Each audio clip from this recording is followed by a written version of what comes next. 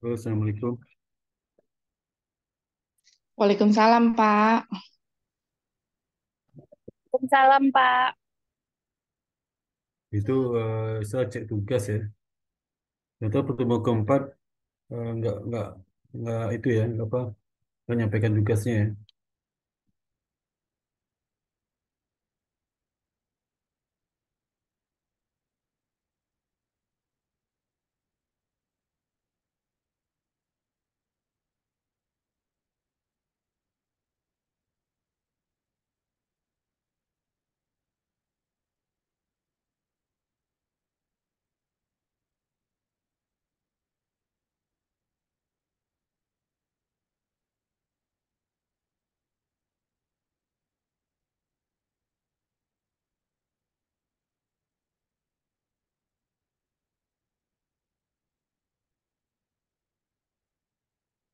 Halo, Iya, Pak.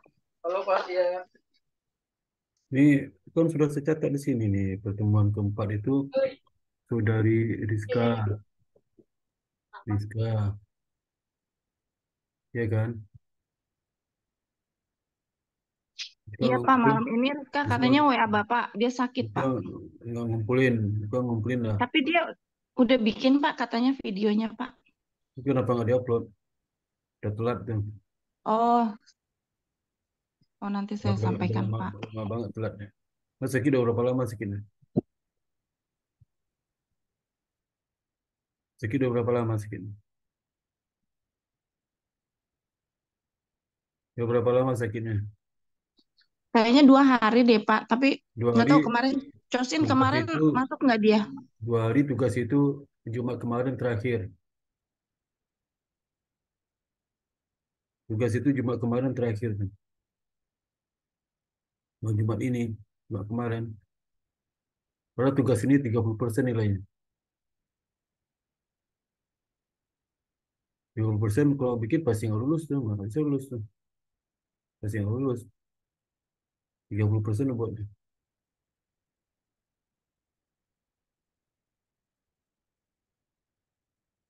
Dia juga yang saya telat ngasih tugas. Berarti tetap teman enam ini sudah hari ini nih dari Siti Mulyana. Saya, Pak. Saya lupa kemarin mau kasih surat itu. Sehingga baru saya bikin hari ini. Baru kita dikumpulkan Senin besok tuh. Pertemuan ke-6 bukannya Jumat besok, Pak. Apa? Mau nggak kapan? Cuma besok ya? Jumat besok, Pak. Oh Sekarang kan iya, iya, kelima. iya. Bukannya Itu sekarang lima, kelima. ini cuma besok tuh. Besok ya, Iya. baik. Paling lambat hari Jumat kan, Pak? Ini, ini. Saya itu gitu. Ya,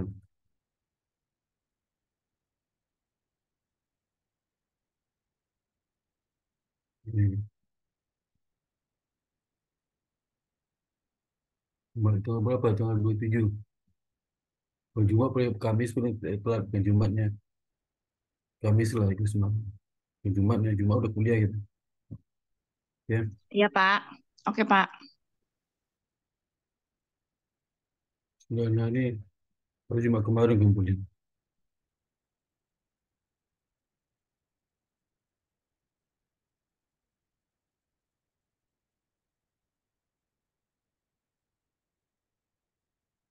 Ntar saya apa buka siakat dulu ya.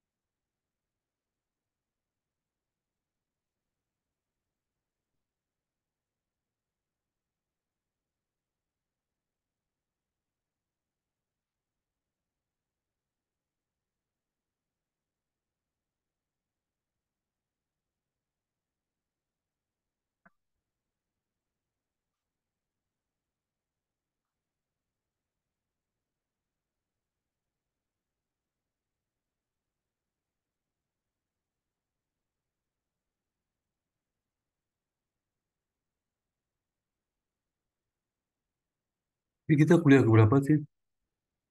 Kuliah keempat atau kelima ya? Pak, seingat aku sekarang itu keempat deh, Pak. Kuliah keempat ya? Oh, oh, seingat aku keempat. Hmm. Ah.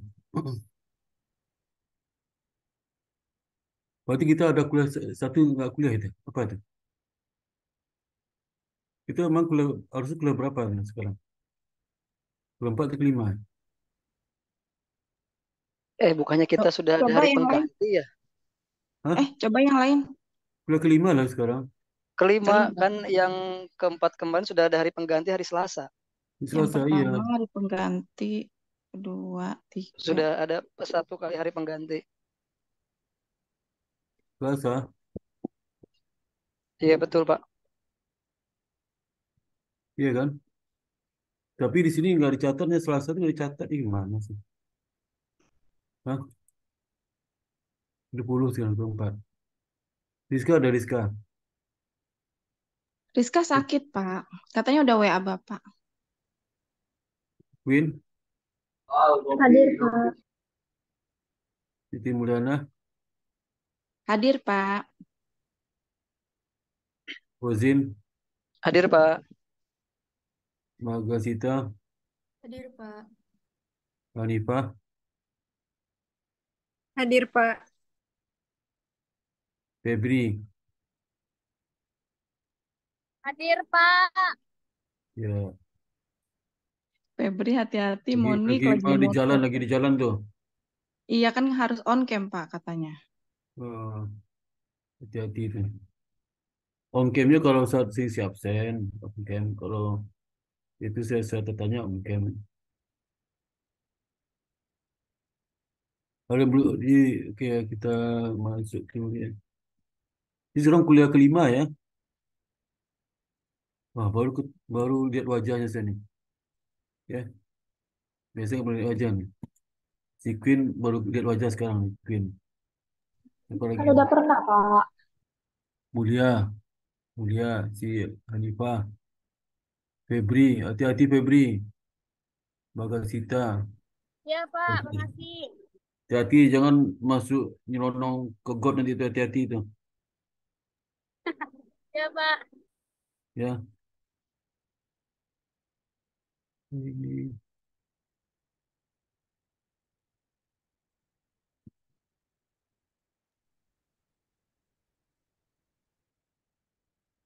saya badan sih kurang enak sekarang.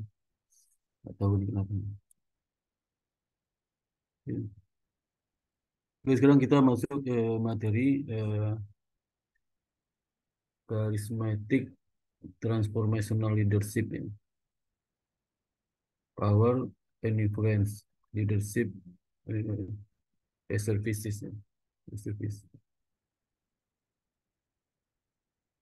Ini kuliah kelima ya.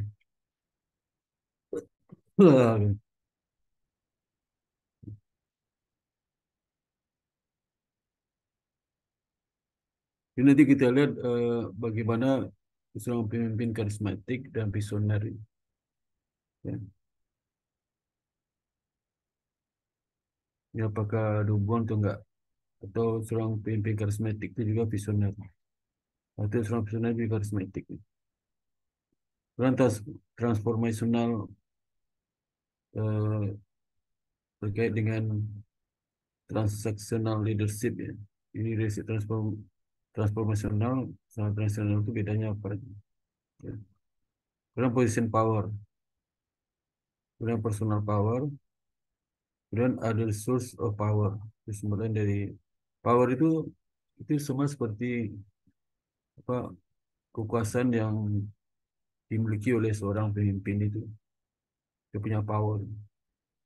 Itu power itu kalau dia bisa punya power untuk memecat karyawan, punya power untuk naikkan gaji, punya power untuk mengembangkan karyawan, menyekolahkan karyawan, punya power untuk memberhentikan, memindahkan, memutasi, ya, kemudian menurunkan pangkat. Ini yang power itu. Ya. Makanya seorang karyawan itu takut sama pimpinan. Takut karena powernya itu, bukan takut karena secara pribadi, enggak. Karena power yang dimiliki oleh seorang pimpinan itu.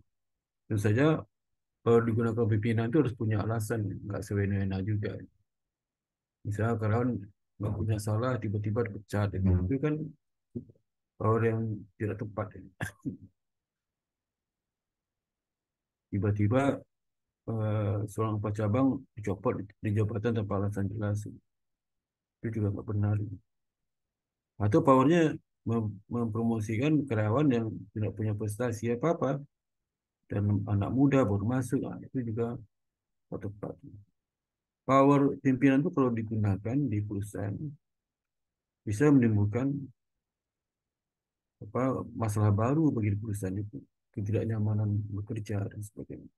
Ya. Kemudian bagaimana taktik interpersonal, interpersonal equivalent taktik, taktik mempengaruhi secara interpersonal, dan servant leadership dan moral leadership. Dan kita lihat satu-satu. Jadi apa yang disebut dengan charismatic leadership ya. Jadi ini ada dua gaya kepemimpinan, charismatic dan visionary.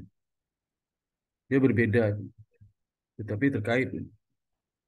Kalau charismatic leadership itu seorang yang memiliki inspirasi dan motivasi kepada bawahan pihak atau pihak lain oleh pesona dan daya tarik pribadi mereka. Ya. Jadi bukan bukan ini, bukan apa, bukan pencitraan ya, beda. Pencitraan sama charismatic itu beda. Dia punya pesona eh, karena dia memberikan inspirasi dan motivasi. Kalau pencitraan kan tidak ada unsur inspirasi dan motivasi, nggak ada. Ya. Jadi pesona dan daya tarik itu dibentuk dari pencitraan, ya. Bukan dari kepribadian mereka ya. Ya. Bukan karena dia seorang inspiratif dan motivatif ya, bukan itu. Ya. Tapi dari pencitraan. Dari pencitraan seperti apa, dari medsos ya, foto-foto, video mereka seolah mereka itu dekat dengan rakyat, dekat dengan bawahan, dan memikirkan bawahan. Padahal faktanya tidak demikian. Ada tuh pimpinan suatu perusahaan ya, di fotonya itu sama di video di perusahaan itu seolah dia itu melindungi karyawan. Faktanya kan tidak. Itu pencitraan. Dan seorang pimpinan karismatik itu dia mempunyai kemampuan untuk menangkap imajinasi pengikut. Pengikut itu masuk bawahannya dan membuat mereka percaya pada visi bersama. Gitu ya. Nah itu seorang pimpinan karismatik itu memang dia mempunyai apa, tingkat imajinasi tinggi ya. Dia bisa melakukan satu imajinasi bahwasanya eh, pengikutnya maunya apa, dia tahu keinginan bawahnya, dia tahu kesulitan kawan, dia tahu dan maunya karyawan, dia tahu. Sehingga si karyawan itu merasa dia menjadi perhatian pimpinan, sehingga percaya pada visi visi yang dibentuk pimpinan secara bersama. Gitu ya. Itu karismatik dia. Sedangkan leadership, visionary leadership apa? Yang pimpinan visioner itu apa? Pimpinan visioner itu di sisi lain itu adalah mereka yang mengembangkan visi jangka panjang untuk organisasinya dan kemudian bekerja untuk memobilisasi sumber daya yang ada di perusahaan serta orang-orang untuk mencapainya. Jadi seorang pimpinan itu ada dua yang penting kemampuan. Bagaimana dia apa mengembangkan visi jangka panjang ya. Lalu bagaimana mengorganisasi sumber daya yang dimiliki perusahaan untuk mencapai visi itu, termasuk oleh SDM-nya. Nah itu kalau dua itu nggak bisa jadi bukan si pimpinan ya. Visionary leadership ya. Pimpinan itu mempunyai visioner. Ternyata seperti itu. Visionary leadership ya. Ya. Yang paling sulit adalah dua sulit duanya. Pertama, apa mengembangkan visi jangka panjang itu bukan yang gampang. Biasa pimpinan yang nggak mampu itu biasa dia pakai konsultan, dia nggak mampu bikin pakai konsultan atau pakai staf staf ahli di perusahaan itu yang mampu bikin visi jangka panjang. Nanti dikumpulkan orang, nanti dia merangkumnya itu, merangkum pendapat-pendapat orang terus sepakat bersama. Jadi menggunakan kemampuan di bawah untuk mencapai pengembang visi yang demi kepentingan dia gitu. Ya, dia banyak seperti pimpinan. Ya. Mungkin 80% seperti itu. Ya. Kebanyakan seperti itu. Jadi dia punya visi, ya visinya itu mungkin satu dua kata aja menjadi terbaik. Gitu ya. Tapi bagaimana menjadi terbaik itu kan gak gampang juga. Maka perlu dia tim yang bekerja untuk penyusunan visi itu jangka panjang. Atau menjadi perusahaan unggul di perusahaan di atas rata industri. Itu saja. Ya. Capai 5 tahun ke depan. Gitu ya. Ya. Tapi bagaimana mencapai unggul itu 3 tahun ke depan itu kan bukan pekerjaan yang gampang ya. Nggak bisa dipikirkan sendiri. Dan si pimpinan itu penting dia punya garis besar dan nanti breakdown ke bawah itulah dibentuk tim untuk bisa melaksanakan dari bawah. Nanti dia tinggal merangkum aja tuh. Ya. Menurut dia mana yang penting. Bisa terangkum dari 3 kemungkinan visi misi itu. Nanti dia tinggal pilih aja sesuai dengan visi yang dia bentuk sesungguhnya seperti apa. Dia mau terbaik. Ternyata terbaik itu ada beberapa cara, 3 alternatif. Terbaik ini, terbaik itu, terbaik itu. Nanti dia pilih mana. Terbaik untuk dia itu seperti apa. Ya, itu. Dan saya terbaik dia itu nanti dikomunikasikan lagi dengan tim. Lalu seorang visionary leadership itu dan bagaimana dia mobilisasi. Nah, itu pekerjaan berat pimpinan itu. Jadi, kalau sudah sampai ke sini, itu pimpinan itu dilakukan pada kompetensi real dirinya sendiri. Dia kemungkinan minta bantu tim itu tidak semuanya kan. Dia punya keputusan sendiri kan. Ya. Mungkin semua danakan tim. Nah, saat inilah diperlukan seorang pimpinan visioner dan kecerdasan yang luar biasa. Kalau enggak, yang korban itu perusahaan korban.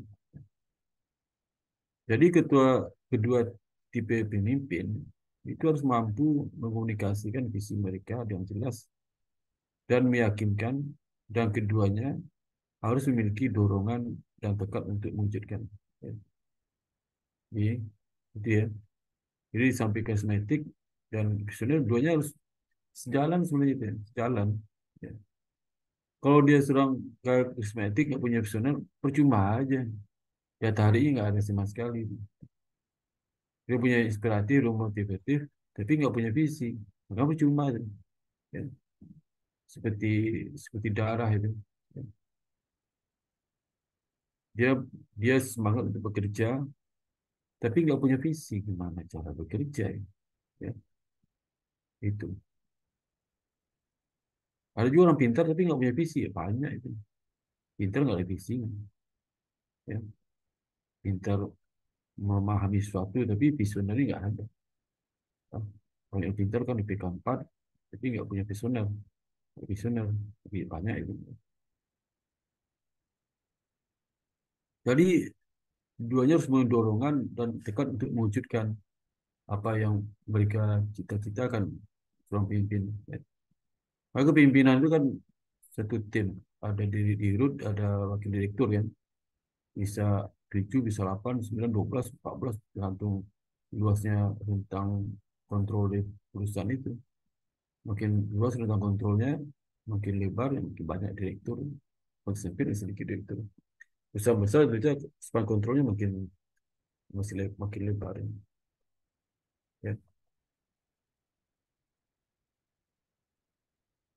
Nah, kunci perbedaan antara charismatic leadership dengan visionary leadership adalah ada 3 ini.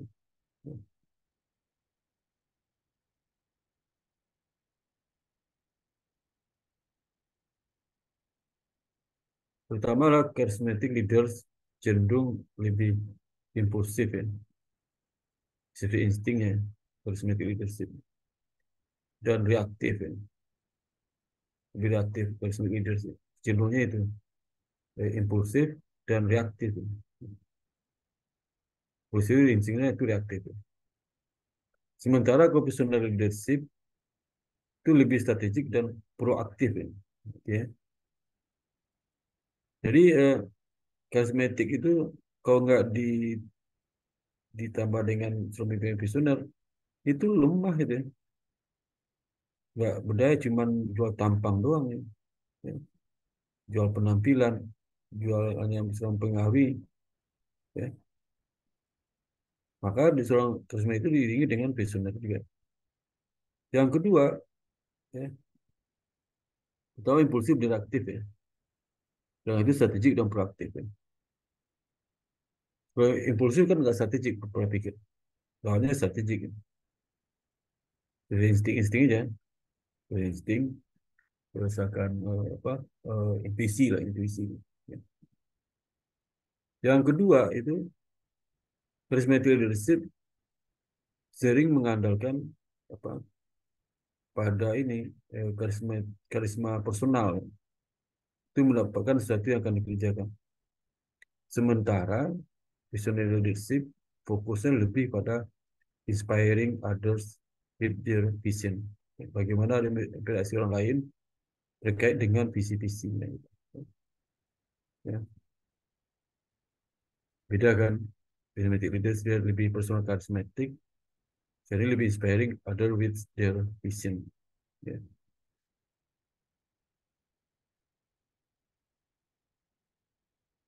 Dan yang ketiga, charismatic leadership cenderung lebih concern terhadap sekarang dan ke depan. Dan di sini dan no, here and now. Ya. Hari ini dan sekarang. Gitu. Ke depan ini orang nggak bisa pikir. Charismatic. Ke depan easy going. Learning by doing. Learning by doing itu tipe-tipe pimpinan yang nggak visioner juga ya. Learning by doing, here and now. Ya. Sementara seorang pimpinan visioner difokus pada on the long term. Jadi 5 tahun ke depan dibikin sekarang. Dia memiliki langkah-langkah strategik bagaimana wujudkan tujuan yang 5 tahun ke depan. Ya, apa sudah lakukan. Tapi kalau charismatic leadership ya air mengalir, gitu ya. Easy going, here and now. Ya. Ke depan nanti aja pikirin. Ada saat kita mikir. Tahun depan gimana Pak? Ya masih jauh. Kita lihat yang sekarang aja. Dan besoknya. Bukan setahun lagi. Kok tahunya saya gitu. Gitu ya. Lihat aja nanti. Udah sampai di mana gitu. Itu charismatic leaders. Ya. Maksudnya charismatic leaders itu sendiri dan visionary leaders. Ya. Itu benar juga ya sekarang. Tapi ke depan, ke panjang harus pikirin juga dong ya. Karena langkah-langkah jangka pendek itu bisa pengaruh jangka panjang kan. Salah mengambil tindakan jangka pendek bisa berdampak fatal pada langkah jangka panjang ya. Ya, ini contoh kecil nanti kecil. Dia tuh mau ekspansi di daerah Sumatera ya. 5 tahun ke depan targetnya di Sumatera itu harus menghasilkan 100 cabang, ini contohnya. Tapi jangka pendek itu diurusin masih berkutat rutinitas kantor pusat daerah Jawa. Kapan mikirin buat cabangnya di Sumatera ya, gitu. Karena dia itu apa more concerned with the here and now, ya. Sekarang bikin ntar nanti aja. Itu kalau charismatic leadership nggak punya visi, visioner, ya berantakan semua itu. Bisa nggak mendadak jangka panjang laksanakan? Nggak bisa loh. Kalau kegiatan 3 tahun ke depan, sekarang harus didesain, disiapkan. Nggak bisa 3 tahun ke depan itu kerjanya siapkan pada sebulan sebelum acara. Ya nggak bisa lah. Bukan strategik namanya. Kerja rutin. Ya. Jadi untuk kerja rutin, charismatic leadership mungkin nggak ada masalah. Ya. Kerjaan untuk jangka panjang jadi masalah. Ya. Ya.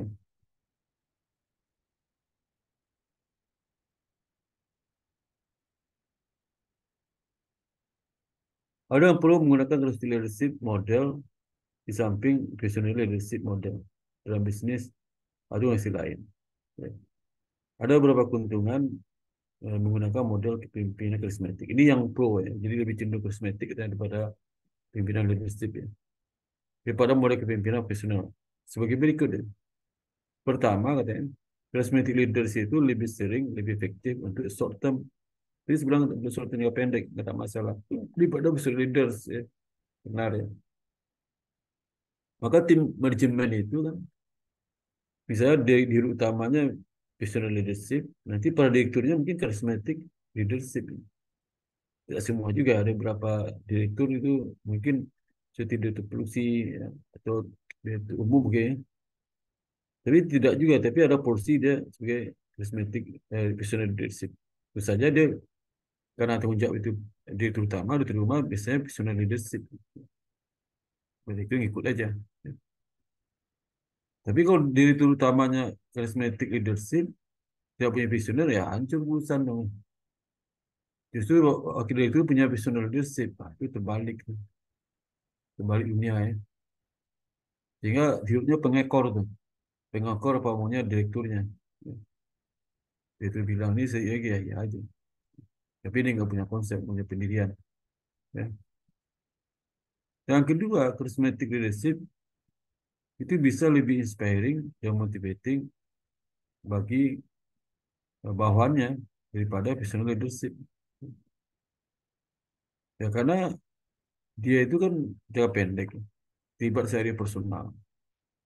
Dan tingkah laku dari charismatic leadership diperhatikan oleh karyawan. Jadi kemampuan dia mengasih pekerjaan day to day itu diperhatikan oleh karyawan.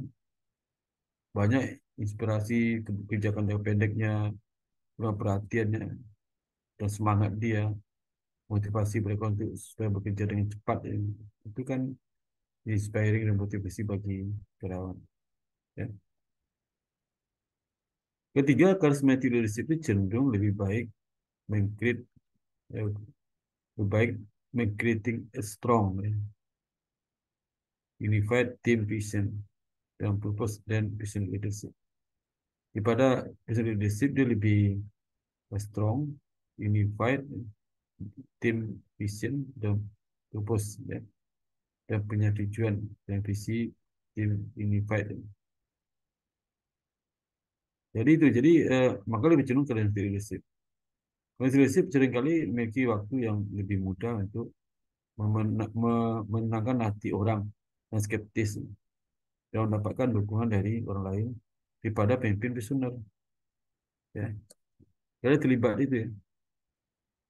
Waktu lebih mudah untuk menangkan bagi hati orang skeptis. Ada semangat kan, ada inspiring dan semangat yang pimpinan karismatik. Facilitator leadership mungkin lebih mampu menavigasi melalui periode perubahan atau krisis daripada pimpinan visioner. Nah, periode perubahan dan krisis itu kan sifatnya tidak selamanya kan, itu masa transisi, krisis. Itu seorang leader itu penting sekali itu kan, saat kondisi krisis ya, itu kelemahan motivasi bekerja nggak ada, bisa lagi kena dampak COVID ya. Bagaimana memulihkan kembali itu charismatic leadership daripada visionary leadership. Leadership itu dia bikin di depan, bukan kondisi sekarang harus diselesaikan hari ini juga. Ya ada kelemahan dan kelebihan dari charismatic dibandingkan visionary leadership.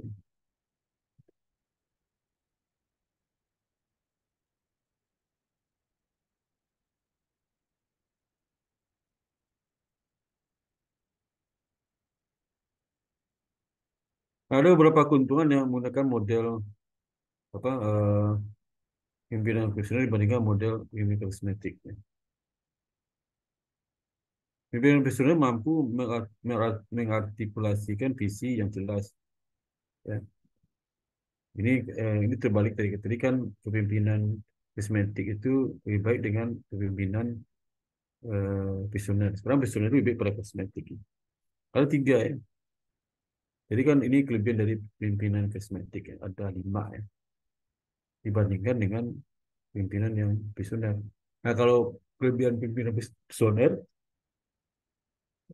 dibandingkan dengan pimpinan yang karismatik ada tiga itu. Pertama, pemimpin visioner itu mampu mengartikulasikan visi yang jelas dan menginspirasi untuk masa depan. Sedang pimpinan karismatik mungkin hanya fokus pada saat ini saja, here and now, ya, saat ini saja. Karena dia tidak mampu, bagaimana Pak untuk mencapai jangka panjang? Kita selesaikan kerjaan hari ini dan besok. Yang jangka panjang itu ntar aja, biar aja dirutnya mikirin. Ya, saya pusing bikin seperti itu. Pemimpin personal dia cenderung lebih efektif dalam perencanaan dan pelaksanaan jangka panjang.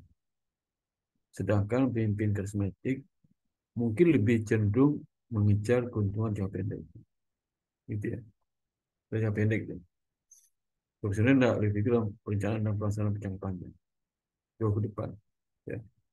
Malah saya bilang style dari pimpinan itu bisa ada dua ini, karismatik dan visioner. Ya. Jarang yang dipisah. Ya. Misalnya dia visioner tapi nggak karismatik, jarang. Ya. Dia karismatik tapi nggak visioner, jarang juga sih. Bisa dua-duanya satu satu rangkaian. Jadi ada beberapa kelemahan potensial untuk menggunakan gaya kepemimpinan visioner, seperti kurang fleksibel dan kurang keputusan yang lebih lambat.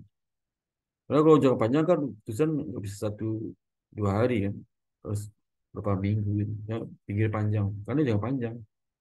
Ya, jangka panjang itu nggak bisa selesai seminggu itu, beberapa minggu. Ya. Kadang-kadang mungkin jangka panjang itu kadang pimpinan nggak sanggup dibantu oleh konsultan luar. Kadang-kadang seperti itu. Ya.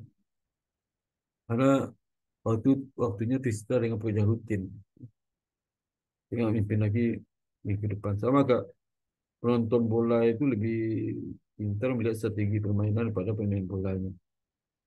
Karena konsultan ini kayak penonton. Dia mampu membaca arah kemana daripada pimpinan sendiri. Pensiunnya kan hebat pemain. Uh, uh, uh.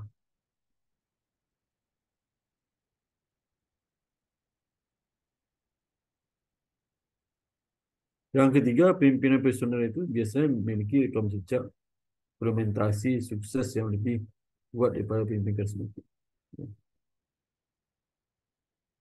Dan karismatik kan.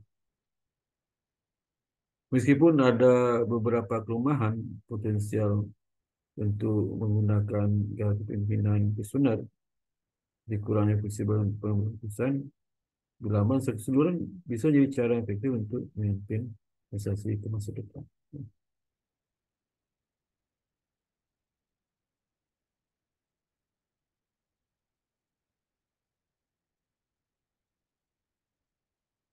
Nah, boleh yang kontra, menggunakan model kepemimpinan visioner daripada model kepemimpinan karismatik.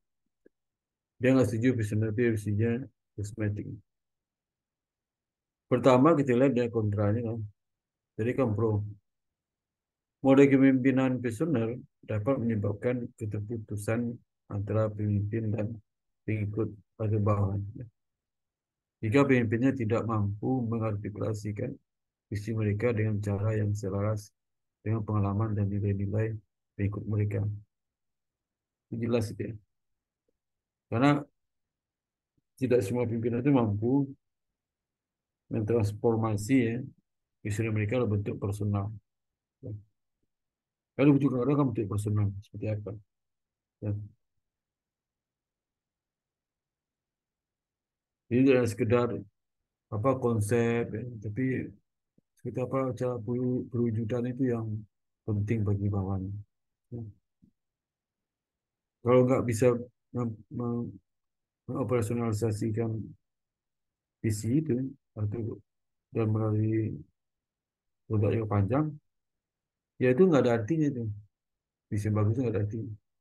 Itu cuma aja dibikin visi yang bagus-bagus, tapi pertanyaan bagaimana caranya untuk mencapai itu. Ya. Yang gampang.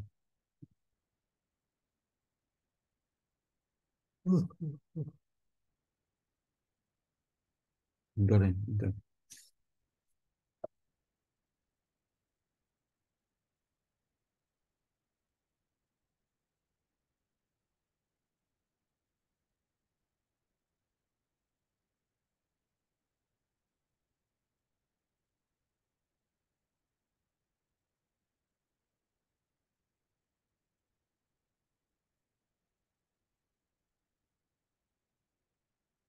Nah, model kepemimpinan visioner juga dapat menimbulkan rasa elitisme atau hak di antara para pemimpin. Dapat mengasingkan pengikut yang tidak terlalu merasa memiliki suara dalam organisasi. Ya. Jadi visioner itu dia merasa ya, tidak semua bawahan bisa memikirkan ini bersama dengan pimpinan. Ada beberapa pengikut yang merasa tidak dianggap ya, itu menimbulkan kekecewaan gitu. Nah, model kepemimpinan karismatik mungkin lebih efektif ya, dalam menginspirasi pengikutnya untuk mengambil tindakan mencapai hasil. Sedangkan model kepemimpinan visioner mungkin lebih efektif dalam perencanaan jangka panjang. Itu tadi itu.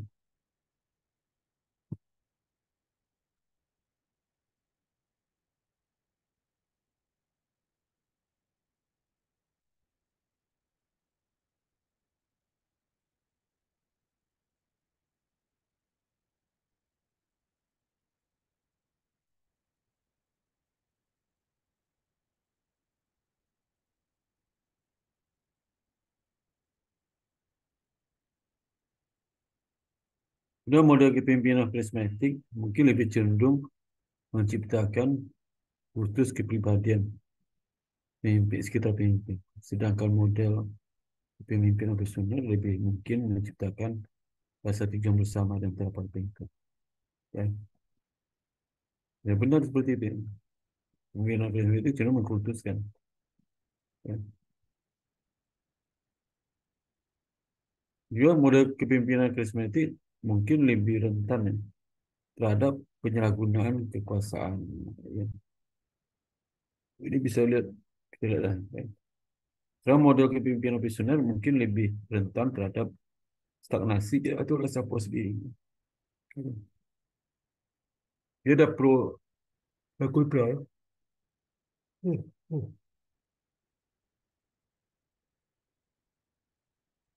Bagaimana situasi yang menunjukkan bahwasanya pemimpinan karismatik itu lebih baik daripada pimpinan visioner untuk bisnis organisasi, ini bukan pihak lain, misalnya di lembaga sosial dan sebagainya.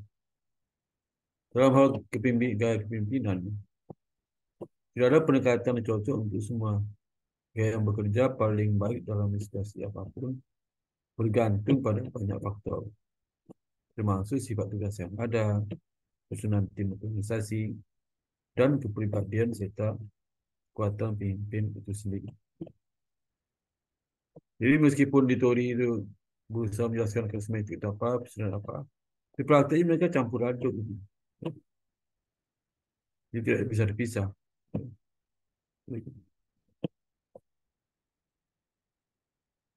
Uh.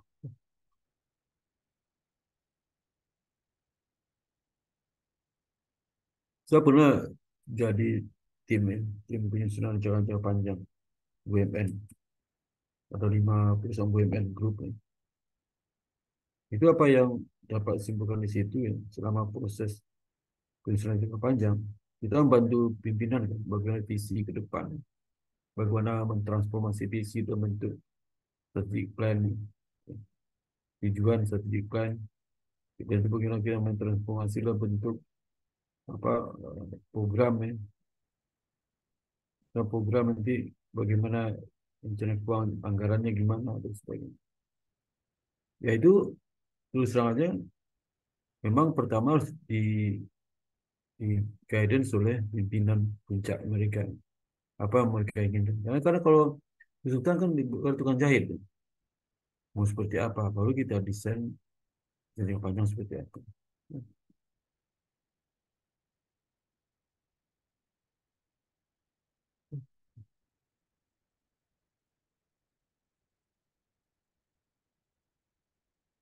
Ada banyak bisnis dan organisasi mendapat manfaat dari seorang pimpinan karismatik, energetik dalam sejarah mereka. Namun banyak juga contoh perusahaan yang sukses di bawah pimpinan seorang pimpinan presiden. Jadi mungkin kalau yang karismatik itu mungkin butuh itu ya, distribusi jasa mungkin ya, produksi sifatnya keahlian khusus ya. Mungkin karismatik itu visioner itu penting. Karismatik ya penting juga. Tapi yang utama itu bagaimana ke panjang ke depan. Termasuk perusahaan strategis nasional. Itu butuh pimpinan yang visioner dengan karismatik. Tapi dalam kenyataannya dalam memilih pimpinan seorang di BUMN itu ya berdasarkan pertimbangan gaya pimpinan, itu pertimbangan politik. Gitu. Orang atau apa-apa dan kan jadi apa pimpinan puncak ya.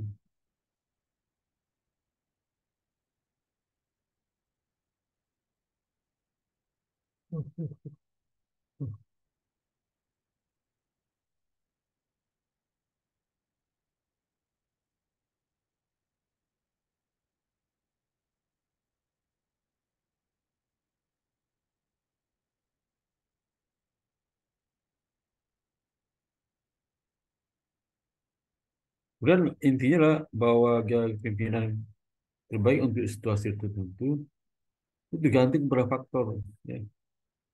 Yang terpenting itu apa? Itu bagaimana memilih gaya pimpinan, memilih gaya yang sesuai untuk tugas yang dihadapi orang terlibat ini. Ya. Misal dia direktur perencanaan, nah itu perlu pimpinan visioner. Dia direktur produksi, ya. Itu perlu apa? Mungkin kosmetik, ya. Dan lihat juga perusahaan seperti apa. Jadi enggak berarti itu bisa macam-macam. Nah, ini sebaliknya situasi seperti apa?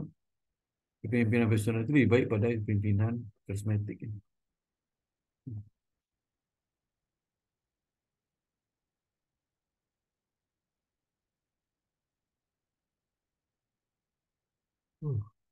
Nah, ketika sebuah perusahaan atau organisasi membutuhkan perubahan atau transformasi besar, pimpinan visioner seringkali lebih efektif pada pimpinan karismatik. Ya. Nah, sekarang ini misalnya, contohnya di tingkat level nasional, apakah kita mau berubah apa enggak? Ya. Kalau tidak mau berubah, pilihlah calon presiden yang masih kelanjutan dari pimpinan sebelumnya. Tapi kalau berubah, cari pimpinan yang betul-betul baru. Bukan dia tidak menunjukkan program sebelumnya, tapi agar menginspirasi untuk hal yang baru. Sampai yang lama tetap dijalankan kalau itu lebih baik pada kepentingan dan keadilan masyarakat. Ya. Tapi kan masyarakat dia bisa baca itu.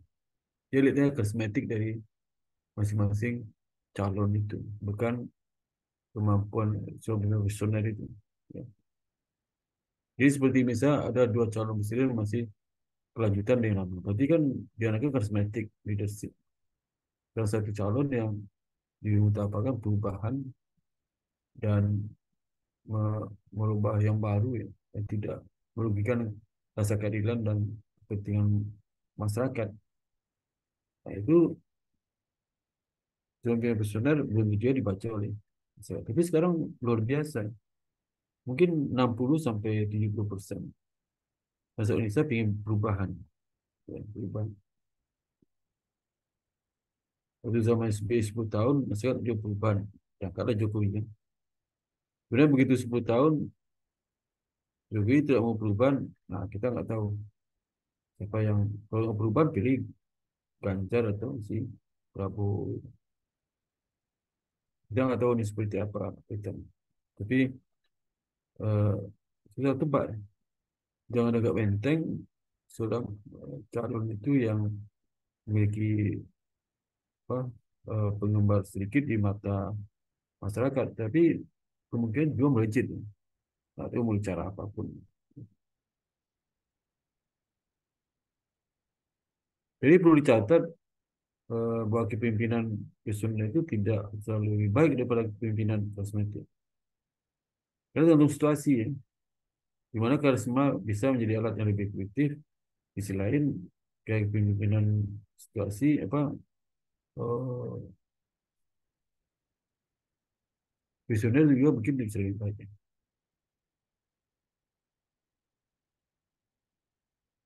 Apa kelemahan dari penggunaan model kepemimpinan karismatik dibandingkan model kepemimpinan visioner ya, bisnis organisasi? Dia beberapa kelemahan ada 4. Pertama, seorang pemimpin karismatik mungkin lebih mementingkan citra, pencitraan yang penting buat mereka. Ya. Karena karismatik itu sebenarnya bukan pencitraan. Betul dia punya inspirasi dan motivasi bagi yang lain. Ruhat pencitraan. Nah, tapi karismatik itu kan dia tidak visioner. Yang penting sekarang dan besoknya. Ya.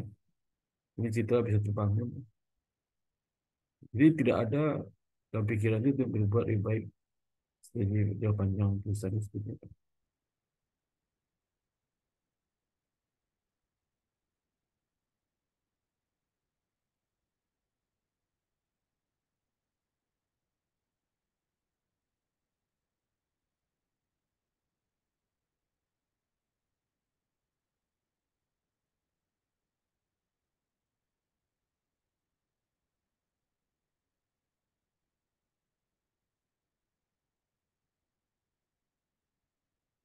Jadi ya, yang kedua, seorang pemimpin karismatik itu mungkin lebih cenderung membuat keputusan impulsif ya, tanpa mempertimbangkan konsekuensi jangka panjang. Nah, itu mungkin sudah bisa baca siapa yang dimaksud siapa ini.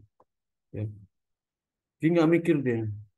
Nah, sekarang aja sibuk dengan pencitraan. Ya. Konsekuensi jangka panjang supaya itu apa? Berhutang aja kita sekarang kan kita butuh duit.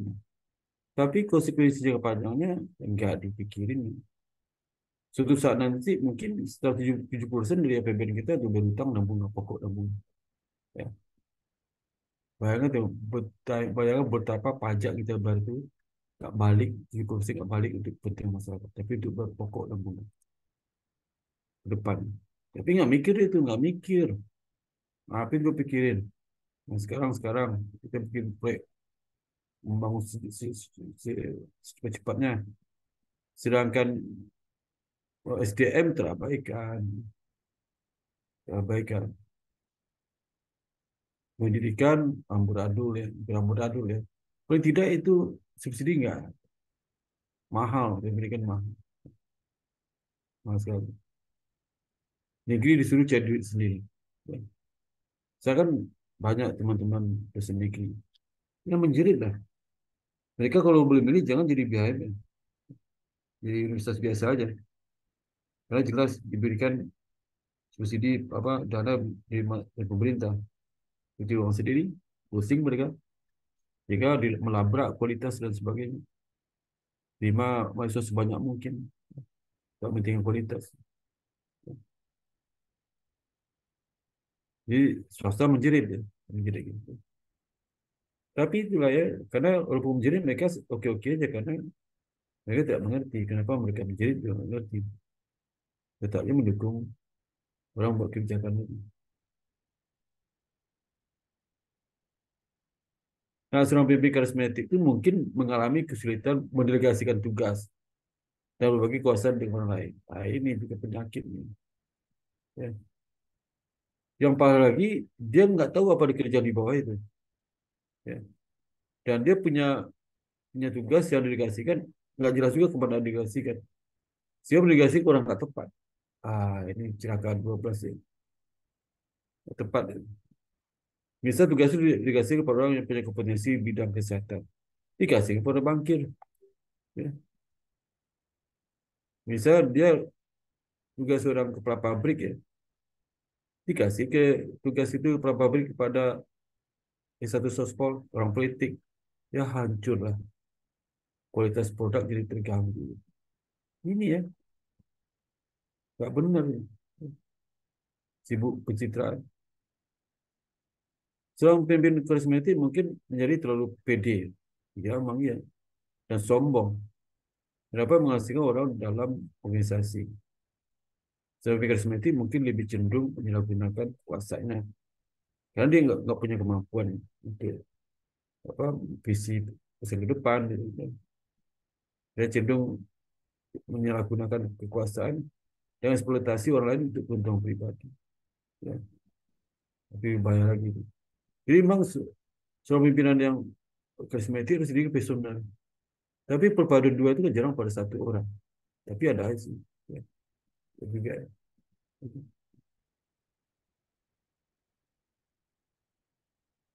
Nah, bagaimana transformational leadership dengan personal leadership? Pertama, lihat transactional leadership itu utama didasarkan pada proses dan kontrol dan membutuhkan struktur manajemen yang ketat. Itu transactional leadership. Jadi pada proses ini, proses. Bukan lihat outcome aja. Kalau transformational leadership ya, di sisi lain, dia berfokus pada menginspirasi orang lain untuk mengikuti.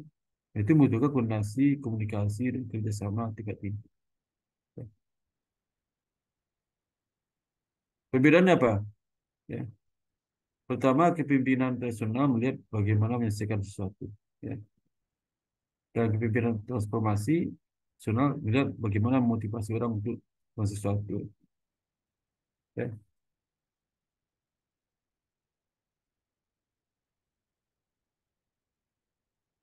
Jadi artinya untuk kepemimpinan tradisional ini kelemahannya adalah dia tidak bisa mendelegasikan tugas dengan baik. Gitu.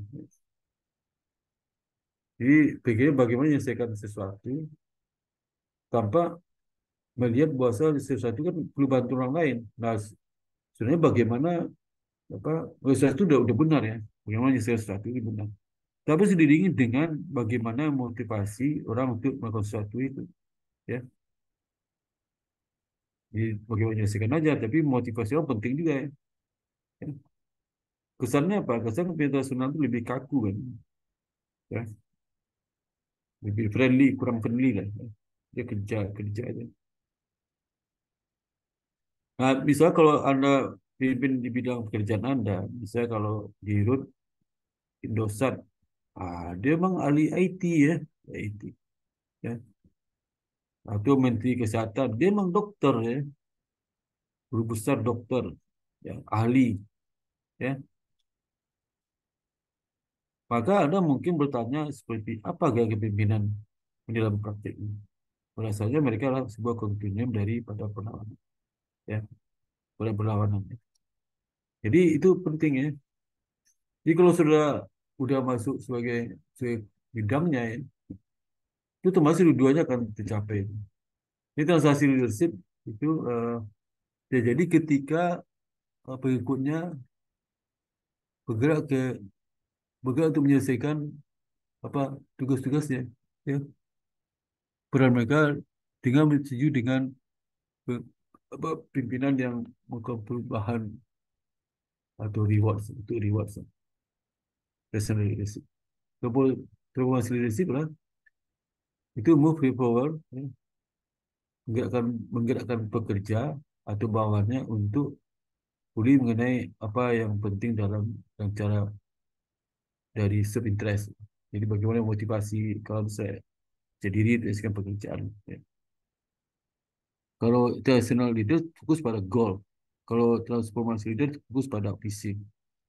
Bagaimana cara mendapat visi itu. Ya.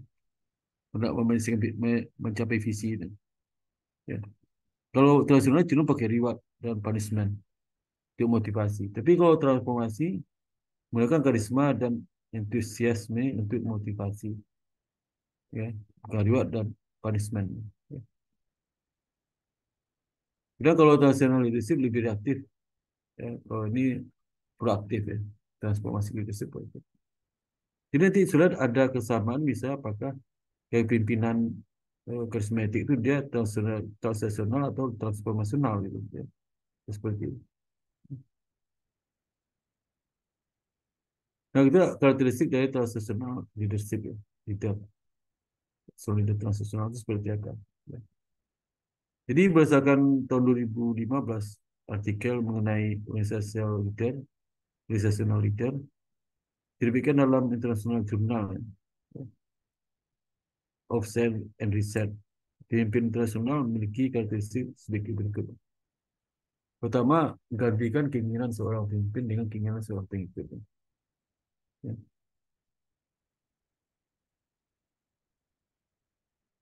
Pemimpin yang seorang ingin untuk sebagai follower. Dan menekankan pengembangan dalam menetapkan tujuan.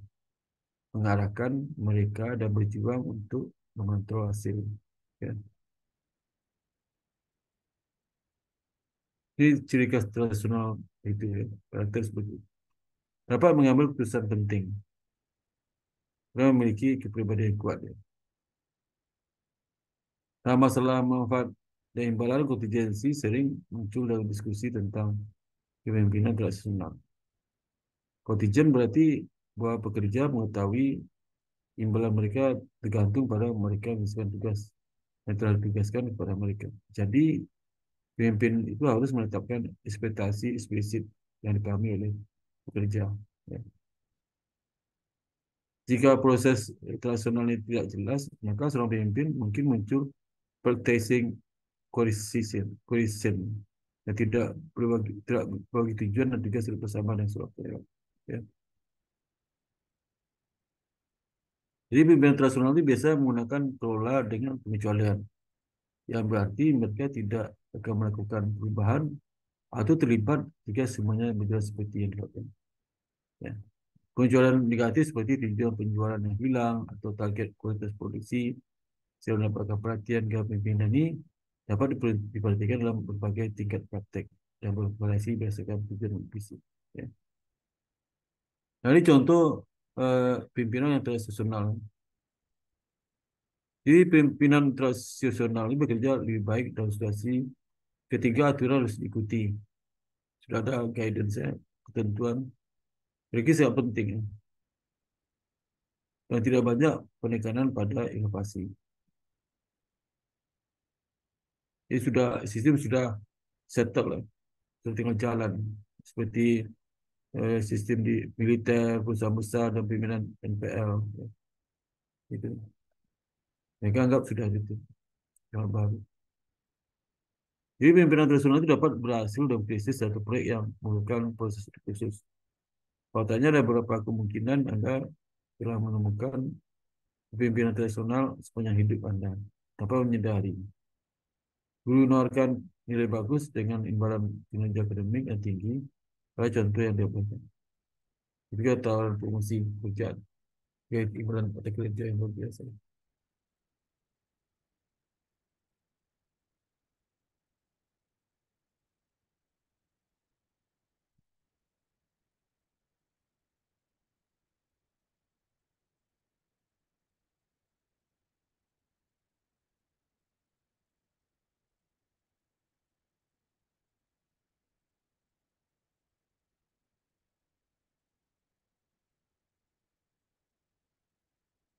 Jadi pimpinan tradisional itu dapat berhasil dalam krisis atau proyek, ya,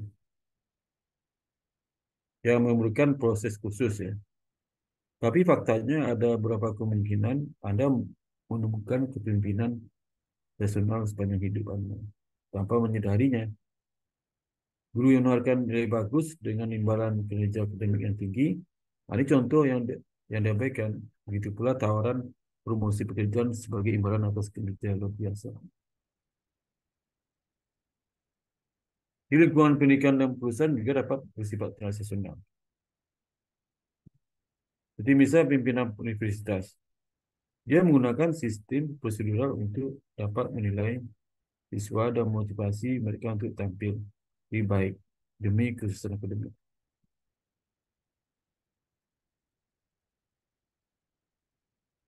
Sedangkan karakteristik transformational leader ya, yang transaksional, leader.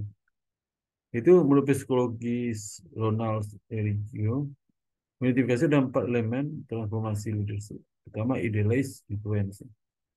Yang kedua, inspirational motivation.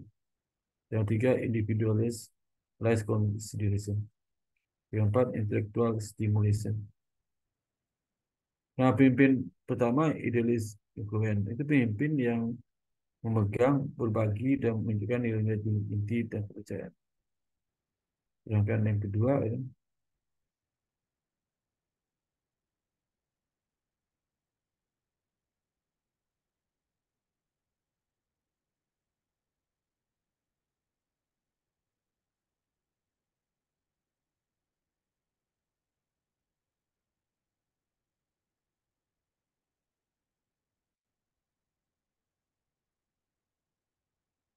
dua inspirational motivation, individual seperti disebut tadi. Ya. Komponen ini yang disebut 4I ya, 4L, memiliki dampak besar pada 4I ya, dan I semua. Ya. Idealis, inspirational, individualis, dan intelektual. Memiliki dampak besar pada kemampuan seseorang memimpin untuk memperkaya organisasi dan individu. Jadi pemimpin transformasional kata si Rico ini itu memiliki harapan positif bagi para bawahan dan pengikut. Percaya bahwa mereka dapat melakukan yang terbaik. Akibatnya mereka menginspirasi, memberdayakan, dan merangsang pengikut untuk melampaui tingkat pendidikan. Ini contoh transformational leader. Ya. Personal leadership, teori penerapan dan pengembang keterampilan oleh Lucer, Penechua, Martin Luther King. CR mencontohkan seorang pemimpin transformasional karena dia membangun kepercayaan pengikut, menantang asumsi yang diterima, begitu saja, mengembangkan kebutuhan pengikut, dan menjunjung tinggi nilai norma.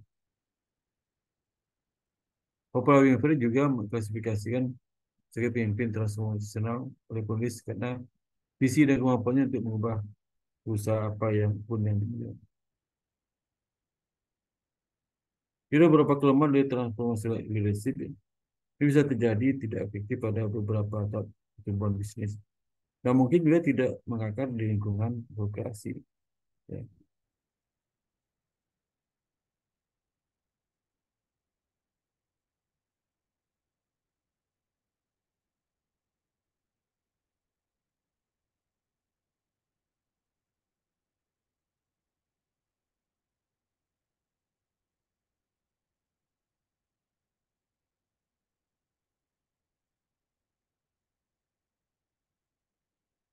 Nah, apakah transnasional dan transformasi leadership ini mutual eksklusif? Ya? Jadi sangat mudah juga untuk memperdebatkan gaya pimpinan mana lebih baik. Tapi itu tidak tepat. Kenapa? Karena kedua gaya ini valid dan yang penting adalah konteks. Beberapa organisasi membutuhkan kekakuan dan rantai komando yang jelas. Jadi bekerja lebih paling baik dalam lingkungan yang cair. Karena kepemimpinan memberi contoh dan menetapkan tujuan. Ya. Jadi kalau kepemimpinan ini berhasil untuk Google, tidak akan berhasil untuk militer dan sebagainya. Jadi Google bisa, tapi militer tidak. Ya. Jadi yang jelas keduanya itu dibutuhkan ya dalam organisasi yang sama, itu saling mengimbangi. Jadi samping di atas national leadership, dia transformation leadership.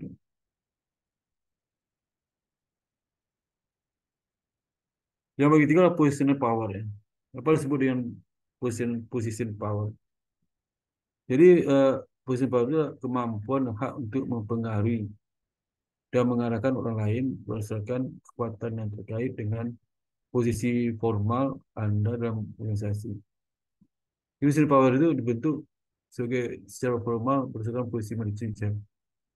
Kenapa ada posisi power? Karena dengan manajer itu dia punya power yang tadi disebutkan tadi itu. Bisa menggantikan, bisa memberi tugas, macam-macam. Ya.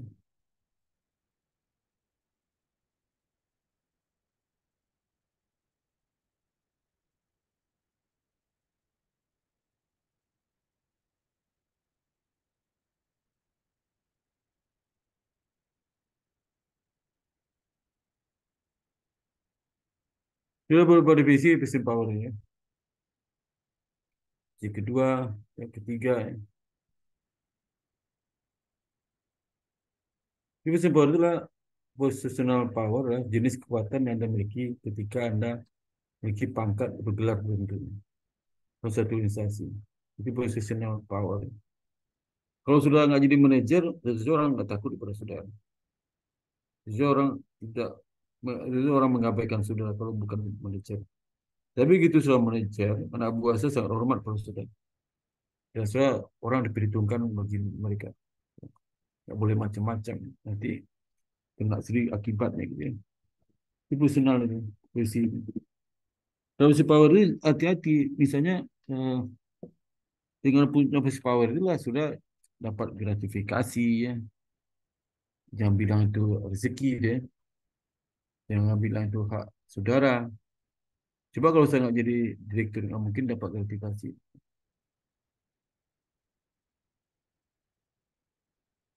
Nah, kapan Anda harus memiliki personal power? Ya. Jadi Anda juga bisa mendapatkan reward power. Kekuasaan semacam ini memberi Anda izin untuk menggunakan imbalan. Untuk membujuk karyawan agar mengikuti instruksi Anda. Kekuatan koersi adalah kemampuan untuk menghukum karyawan karena ketidakpatuhan. Jadi reward dan punishment. Ya. Jadi kalau dia itu prestasi, maka sudah punya power untuk memberikan bentuk reward. Ya. Tapi kalau enggak, nah, saya punya kekuatan untuk tidak memberikan reward, malah menghukum. Misalnya kalau itu ditempatkan di suatu cabang, tentang capai target dan banyak penggelapan, ya dihukum lah. Tarik ke pusat, jadi masih jabatan. Gitu. Itu kalau yang bekerja bagus di cabang itu nanti promosikan. Mendapatkan posisi lebih tinggi lagi. Jadi kalau soal dipromosikan umur 40 itu sering pindah-pindah, itu sudah calon itu calon direktur. 40 tahun kemana semua direktorat dah kepada visi sampai semua direktorat. Nah, itu direktur. Ya. Tapi kalau revisi tanpa ada perhatian khusus di atas ya sampai situ aja.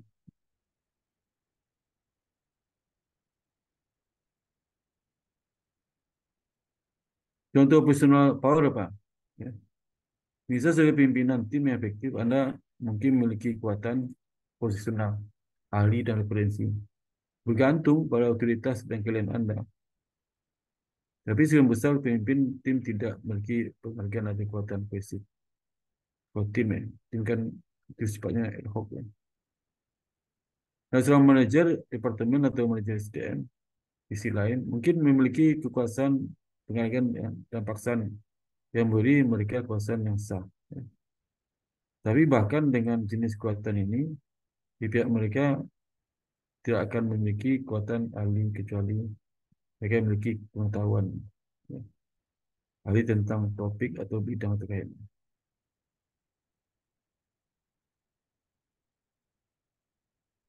Itu terus seperti ini contohnya Chief Operating Officer. Kalau di kalau sudah bekerja kan ada juga itu posisi.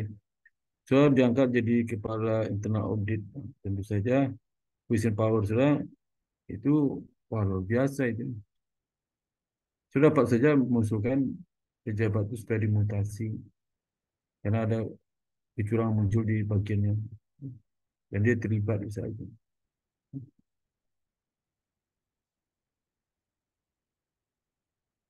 Nah, personal power adalah kemampuan untuk mempengaruhi lain, orang dan peristiwa. Jadi berasal dari karakteristik individu daripada struktur formal ya, formal.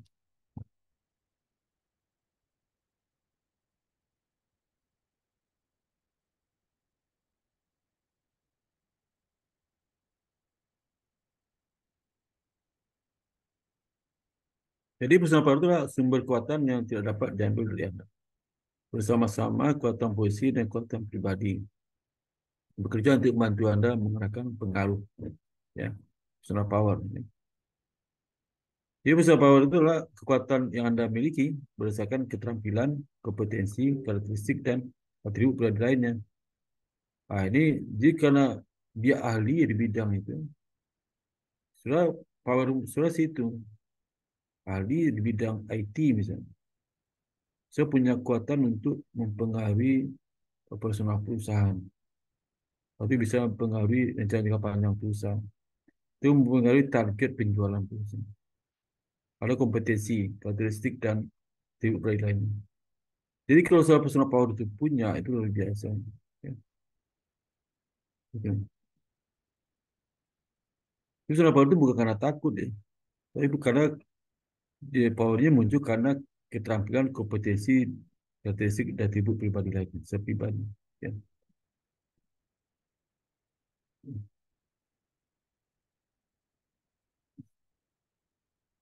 Jadi dia bukan formal kali personalnya, tapi memiliki kemampuan untuk menginspirasi dan motivasi lainnya ya.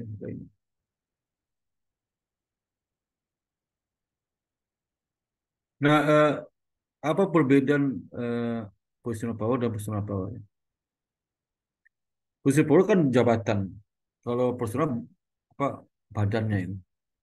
Kalau positional itu baju dia. Orang segan kena bajunya itu. Tapi kalau personal power, orang segan kena baju, nggak pakai baju pun orang segan dia semua itu.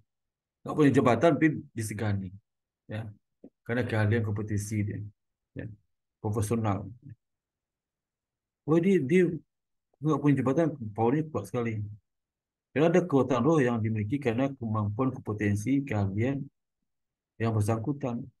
Orang jadi segan dan bisa saya ahli IT di APS contohnya itu. Semua data saya genggam di tangan saya. Semua orang minta data menurut saya.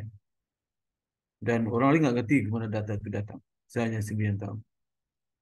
Sehingga saya dihormati. Karena saya punya personal power. Bukan personal power. Sebab begitu ke personal power, begitu jabatan habis, dia hilang personal power.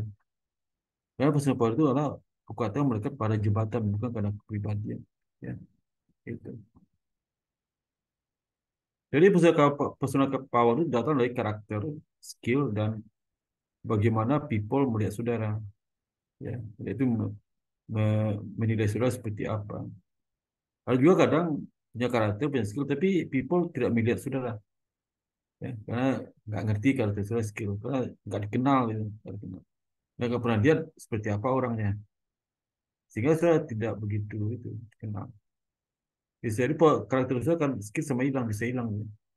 Nggak bermanfaat di perusahaan. Karena saya tidak mengekspos dan tidak membuktikan ke mereka saya bukan tipe seperti itu dan sebagainya.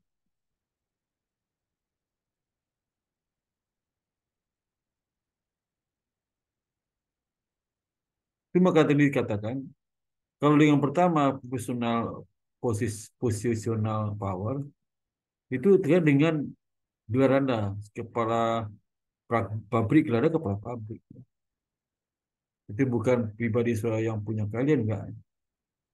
Jadi itu jadi GR orang itu ya. Jadi kadang pemimpinan itu nggak sadar juga bahwa dia mempunyai positional power, bukan personal power. Dia merasa personal power. Orang segan dong karena saya ini ke pribadi saya. Padahal enggak. Segan karena jabatan yang melekat dia. Begitu lepas jabatan, kan baju aja. Kan nggak ada segan lagi orang lagi. Berarti dia nggak punya keahlian, panutan, kompetisi sebagainya. Cuma sekarang kenal. Ini bedanya.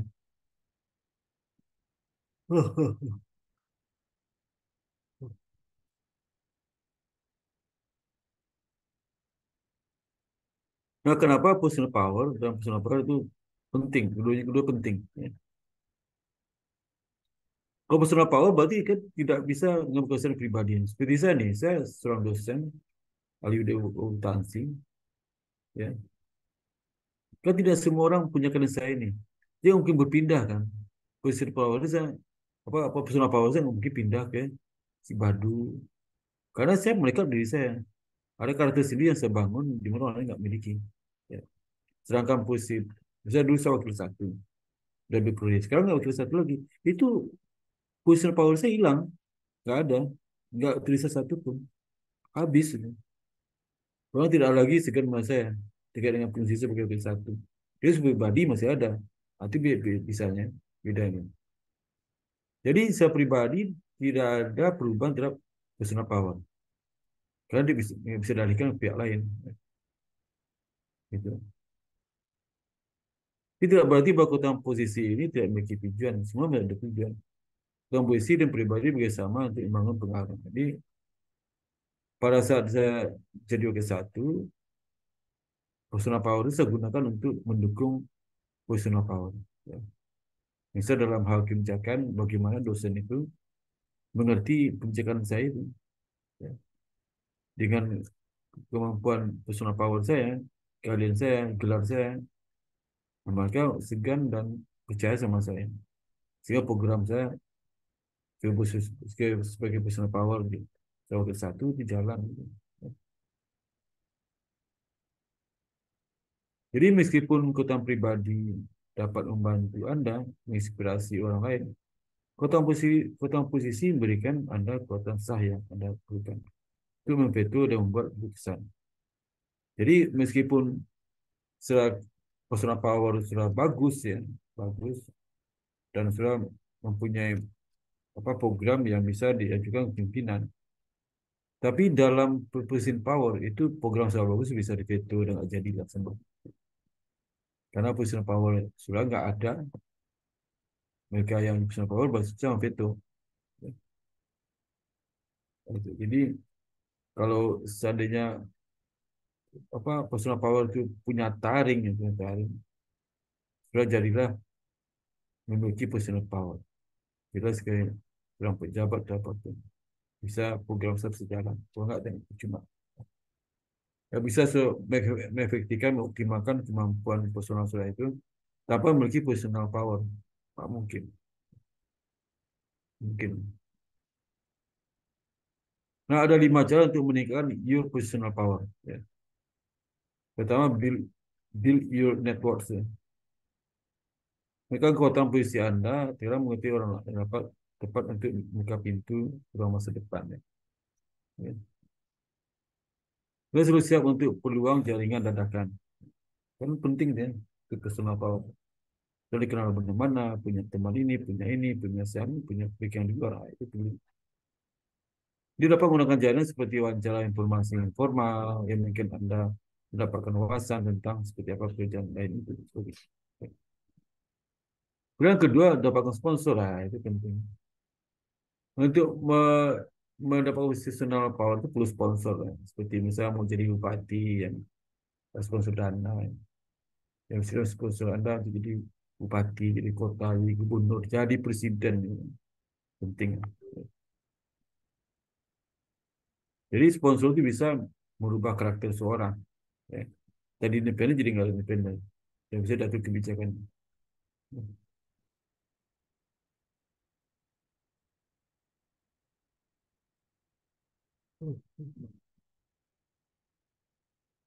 Wah. Jadi itu ada perlu tim sukses lah. Dia butuh dana untuk mendapatkan personal power.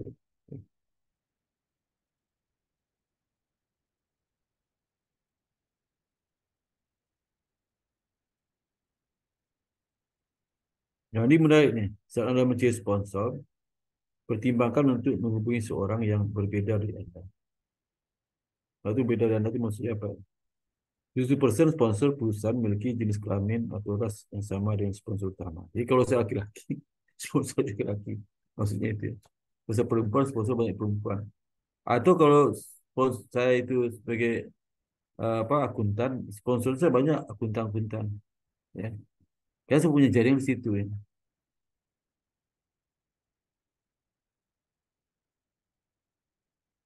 Jadi kalau bermitra dengan seseorang dari ras atau jenis kelamin yang berbeda, itu bagus. Misalnya saya bermitra dengan teman dari Makassar, orang Bugis, seorang Minang gitu.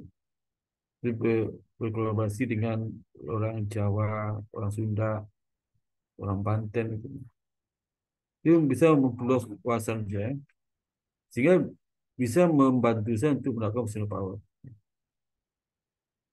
Nah, mengembangkan komunikasi skill lah, ini penting. Komunikasi itulah kunci, komunikasi kunci tempat bekerja. Jadi kalau saya mau pimpinan, belajar komunikasi lah. Jadi kalau sudah itu gampang sih pimpinan lihat soal komunikasi bagus banget. Saya di rapat ya. Rapat dia tanya itu. Kalau saya presentasi sesuatu, Saya level staff. Bos saya itu, kamu aja presentasi, saya nanti aja. Kadang-kadang itu sengaja itu. Karena pimpinan di atas itu melihat apakah punya karakter seorang pimpinan. Itu hati-hati itu. Ya. Menunjukkan masa depan sudah setiap presentasi. Ya. Kemudian juga pelaku saudara, pekerjaan saudara rajin apa enggak ya. Pengaruhi. Yakinlah kalau sudah tipe yang bersemangat kuat, punya motivasi, punya ide yang kreatif untuk melakukan perubahan, kerja rajin, disiplin, ya. Semua bos sudah tahu semua dan sudah sangat gabung di rapat pun sudah oke, ngomongnya banyak dan semua jadi mengerti. Yakin waktu hanya 5 atau 6 saja bisa diklarifikasi urusan ini. Ya. Mungkin 6 7 tahun di klarifikasi kalau seorang staff, Yunani bisa klarifikasi. Bahasanya bagus, ya. Dia memiliki simpatik, ya. Dan paham semua apa maksudnya. Dan rajin dan disiplin dan produknya banyak sekali yang dihasilkan di perusahaan itu. Yakin maksudnya. Saya pasti waktu lama saya diangkat jadi kepala divisi dan terakhir saya direktur. Gitu. Oke. Jadi komunikasi itu membantu Anda lebih baik dalam posisi yang memiliki banyak kekuatan. Itu di rapat, di komunikasi. Di luar rapat pun juga ya, pada saat di atas menyambangi soal di bagian surat, ada diskusi, itu hati-hati. Diskusi-diskusi itu dalam upaya mereka melihat bagaimana kemampuan saudara berkomunikasi yang patut sedangkan jabatan lebih tinggi. Itu seperti itu. Ya. Bukan nggak sengaja, dan mereka sengaja. Dan. Dulu saya itu waktu saya di bank pemerintah, ya, itu saya kan di cabang utama besar, karunya ada 180 orang. Ya. Nah, itu pimpinan suka jalan setiap lantai yang menemui karyawan ngobrol, ya. Itu salah satu cara mereka untuk memetakan kompetensi bawahnya itu. Saya suka itu. Mana nyambung, mana enggak. Dia juga pekerjaannya. Dia bekerja enggak. Ada juga perusahaan itu begitu pimpinan pergi, dia enggak kerja. Nanti itu tanda bagi di atas untuk melihat apakah sudah pantas tidak dipromosi. Yang keempat adalah praktek leadership, skill, and behavior pelaku. Ya. Keterampilan dan karakteristik kepemimpinan yang sehebat tidak muncul dengan sendirinya. Ya. Beberapa orang memiliki kemampuan kepemimpinan bawaan, keturunan. Ya. Tapi tidak memungkinkan mereka bisa belajar. Ya. Jadi seorang yang tidak punya darah pemimpin, anak bisa memimpin. Tapi seorang yang punya darah pemimpin, ayahnya orang partai politik, jadi pusat, anaknya juga kemungkinan mengarah ke situ. Dengan asumsi anak didik dengan baik oleh bapaknya. Ya. Itu.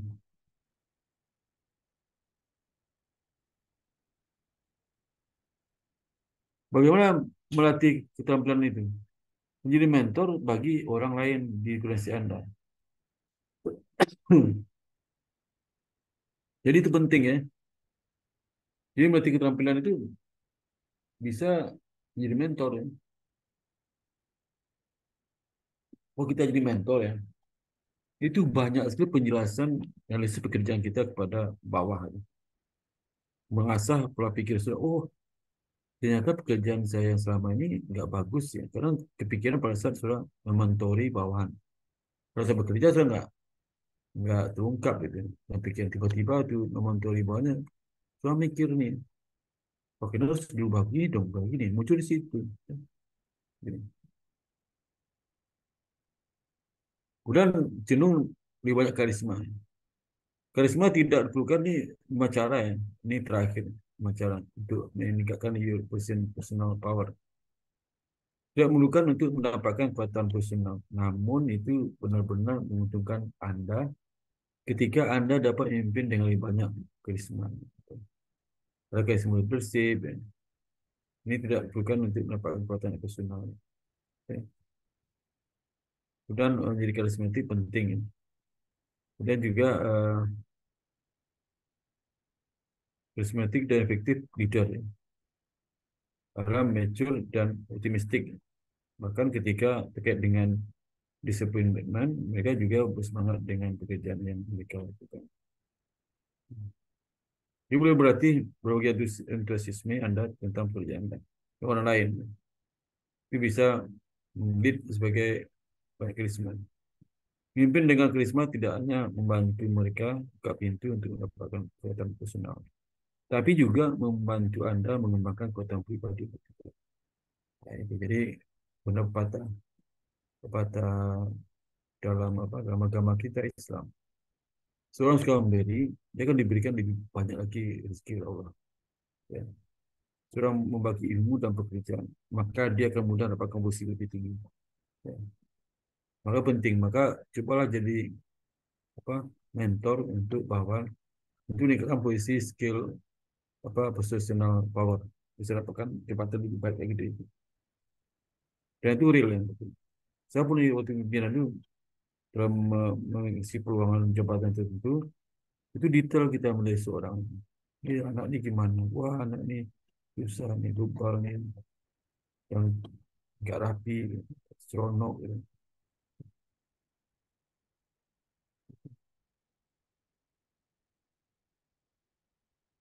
Uh,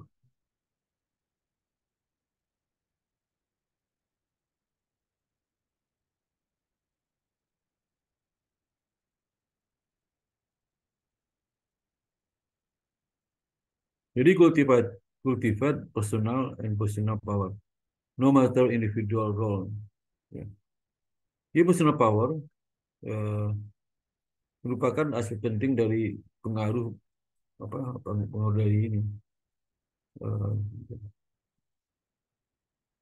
pengaruh bangunan ya, struktur ya.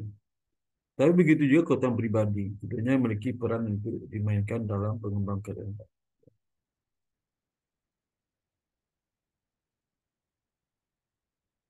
Nah, lima sumber lain yang dimiliki leadership power ya. Jadi misalnya, sama leadership power ya. Ada kemampuan untuk mengendalikan sumber daya orang dan peristiwa untuk mencapai tujuan. Ya. Sumber powernya adalah dalam leadership dapat variasi tergantung pada konteks dan karakteristik individu. Terkadang pemimpin memiliki kekuasaan karena mereka berada dalam posisi otoritas. Misalnya seorang manajer mungkin memiliki kekuasaan atas bawahan karena posisi manajer dalam organisasi.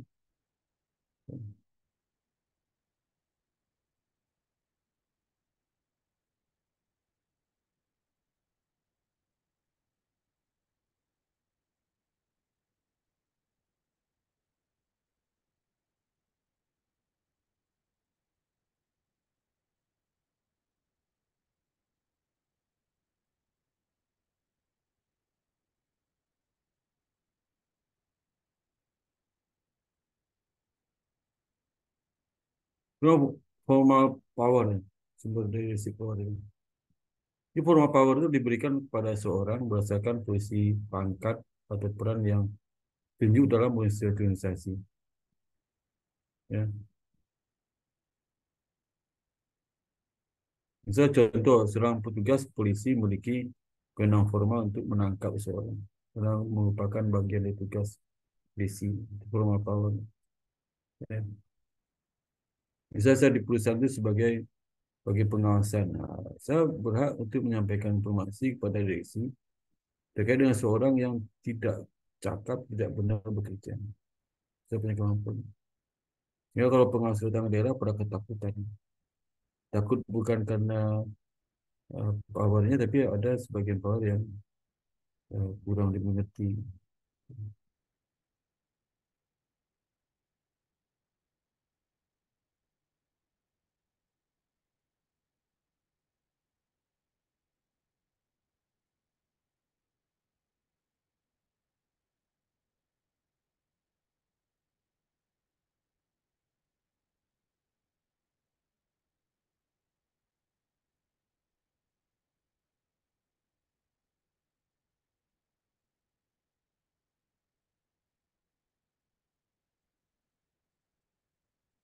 Kebiasaan formal dapat berubah positif atau negatif. Sisi positifnya, kebiasaan formal dapat membantu orang menyelesaikan sesuatu dengan cepat dan membuat keputusan mandiri. Sisi negatifnya apa? Kekuatan formal dapat disalahgunakan untuk mengendalikan orang atau membuat keputusan yang tidak sesuai. Jadi power itu bisa disalahgunakan juga. Ya, gitu. Juga legitimate power. Legitimate power berasal dari legitimasi seorang memimpin atau pengakuan bahwa orang lain memiliki hak seorang pemimpin untuk menggunakan kekuasaannya.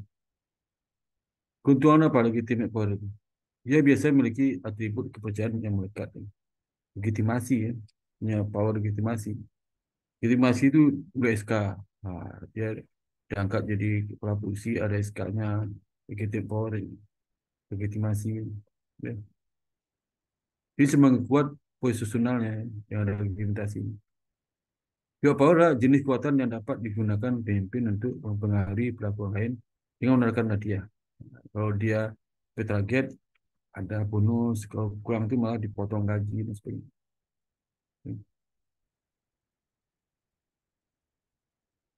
Coercive power adalah jenis kekuatan yang digunakan pemimpin untuk mempengaruhi pelaku orang lain dengan mengancam mereka dengan konsekuensi negatif. Nah, ini, ya. Ini kekuasaan coercive ini penuh dengan ancaman ya. Ini kamu kalau kerja satu ini pangkat dulu. Se, se, buang ke daerah yang sepi. Jadi kalau betah berhenti sendiri. Itu coercive power. Jadi ini bisa dipakai kalau kondisi-kondisi ekstrim ya. Tidak bisa situasi itu tuh nggak ada angin obat, nggak ada angin, nggak ada hujan itu mengancam aja itu nggak boleh. Respect power lah, berasal dari pengetahuan dan kalian dimiliki oleh seorang. Jadi semakin dia banyak ilmu, dia semakin expert power. Ya. Jadi diperhitungkan lah. Misalnya jadi wakil presiden cari orang yang expert power, ya. Punya kuasaan karena kemampuannya itu disegani oleh masyarakat. Kemudian interpersonal influence taktik ya. Ini ya ada 6 kunci untuk taktik pengaruh ini. Konsisten atau komitmen, reciprocation, social proof, authority, leaking, scarcity. Kemudian yang pertama menggunakan rasional persuasif. Itu membantu people untuk menyukai Anda dan sebagainya. Lebih mengandalkan peran reciprocity. Karena pengembang aliens mengandalkan development. Jadi kemudian juga meminta untuk apa yang Anda inginkan pada bawahan. Jadi juga untuk personal plan taktik. Kemudian appeal to higher authority. Kekuatan ahli dan referensi kekuatan massa. Tidak memiliki otoritas yang tinggi lah. Jadi ada pengaruh yang besar dari seorang karyawan yang memiliki keahliannya tinggi, jujur, lugas dengan lain, ya. Dalam hanya menggunakan perintah saja. Nah, bagaimana menggunakan taktik ini? Ini dapat menggunakan prinsip taktik pengaruh ini kapanpun Anda ingin menunjuknya. Masalah yang tujuan akhir, ketahui bahwa tujuan Anda apa dan coba keluar dari situasi tersebut. Seperti apa kesusahan itu. Pahami anggota tim Anda yang ingin Anda pengaruhi. Dan pilih taktik pengaruh yang tepat. Yang sesuai dengan situasi. Gunakan strategik yang sesuai. Coba contoh setiap influence taktik ini. Contohnya. Ya. Pertama, konsisten. Yang kedua, reciprocity. Dan leaking ya. Kemudian authority, scarcity, dan social proof ya. Dan serta leadership ya. Sebuah leadership ini adalah filosofi kepemimpinan non-tradisional tertanam dalam serangkaian perilaku dan praktek yang utamakan kesadaran orang lain. Ya. Ini waktu udah habis ini. Jadi serta leadership adalah pelayanan pertama, itu dimulai dengan perasaan alami bahwa seorang ini melayani. Jadi seorang pimpinan itu merasa dia bukan melayani tapi melayani. Dia melayani pelanggan, melayani internal SDM dan sebagainya. Nah, ini prinsip serpan leadership ya. Itu yang encourage diversity through ya. Dan yang kedua adalah Creative culture of trust. Ciptakan budaya rasa percaya. Saya mempercayai lah. Kemudian juga memiliki eh, unselfish mindset ya. Itu harus ditanamkan juga ya. Yang keempat, foster leadership in others. Kemudian juga nilai dasar leadership ya. Eh, Kita bisa lihat di sini honor others ya before yourself. Hormati orang lain sebelum diri Anda sendiri. Itu penting. Jadi kalau saya menghormati orang lain, gimana orang bisa menghormati Anda? Ya. Inspire vision before setting the course. Jadi menginspirasi visi sebelum menetapkan kursus ya. Dan pilih etika sebelum untung. Use ethic before profit. Empower others before personal gain. Memberdayakan orang lain sebelum keuntungan pribadi. Jadi eh, itu sudah apa? Nilai disiplin leadership. Kemudian privilege people. Hak istimewa orang lain sebelum tugas. Kemudian balance fokus with responsibility before making decision. Kemudian serve with humanity, humility before all else. Dan moral leadership. Ini moral leadership ini sebagai perilaku pimpinan yang menunjukkan kebajikan unggul, disiplin diri, dan tidak mementingkan diri sendiri. Okay. Jadi pimpinan itu memang dia mengayomi semua pihak ada di bawahnya, tidak berat sebelah, unggul disiplin. Ini beri contoh yang baik tentang yang benar dan yang jelek. Jadi moralis itu mengacu pada perilaku seorang pemimpin yang mencontohkan nilai-nilai moral yang kuat, tidak mementingkan diri sendiri, dan punya integritas. Dalam keputusan dengan pemimpinan moral dipandu oleh sistem etika dan tujuan moral melekat. Ya. Dia ada karakteristik moral leadership pertama emotional intelligence, yaitu emosi harus adalah apa? Jangan temperamen, integrity, karakteristik inti, kejujuran dan sebagainya, punya moral, tidak korupsi dan sebagainya. Driven by value, ya harus memiliki prinsip nilai dan rian lah. Ya. Gitu. Jadi contoh moral leadership adalah communicating standards, displaying courage, and avoiding bias, dan promotion transparency. Ya. Kita baru sampaikan, ini waktunya sudah lewat, kita jam 8, kita sampaikan 8:15 itu. Ini 8:15. Ya. Oke, ada pertanyaan sampai sini. Ya.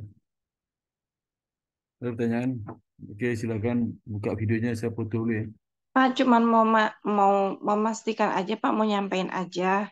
Ya. Itu di grup Rizka udah kirimin screenshot bahwa dia tuh udah upload dari minggu lalu. Cuma karena nggak ngerti harus di tune in, makanya dia baru tune in-nya malam ini karena nggak tahu harus di tune in. Itu dia screenshot tuh, Pak, katanya udah ngirimin dari minggu lalu gitu, Pak.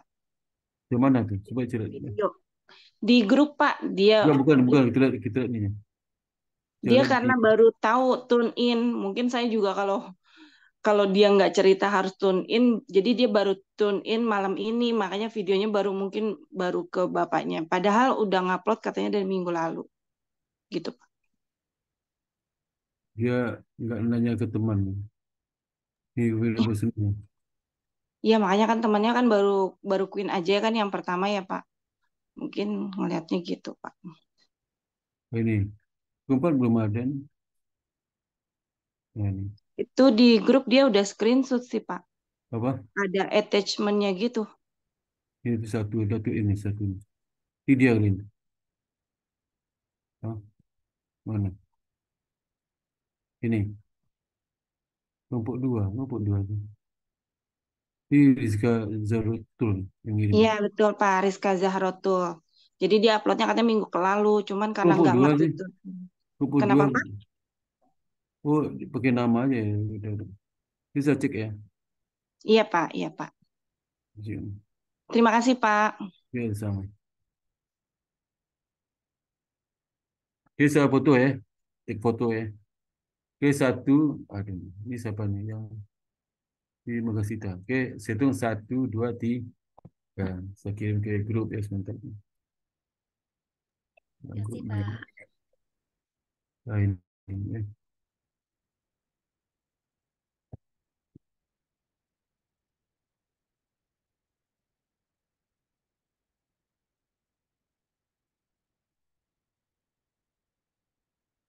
Oke, oke, sampai sini pertemuan kita, sampai ketemu minggu depan. Ini memang minggu kelima ya. Ya, minggu kelima. Jadi kita Iya. nggak ada apa minggu depan ke-6. Jadi kita ujiannya setelah minggu 7 ya. Jadi Iya Pak, beda. setelah minggu ke-7 UTS. Ya. Minggu depan minggu ke-6. Itu minggu 7 habis minggu 7 minggu TS ya. UTS. Iya, Betul, Oke, Pak. betul Pak. kalau nggak ada pertanyaan lagi, kita tutup kuliah ini. Alhamdulillah. Wassalamualaikum warahmatullahi wabarakatuh. Waalaikumsalam Waalaikumsalam, warahmatullahi Pak. Makasih ya, Ya, Pak. Makasih, sama-sama. Pak Sparta. Sama. Izin Izin live, live. Pak. Ya, silakan, silakan.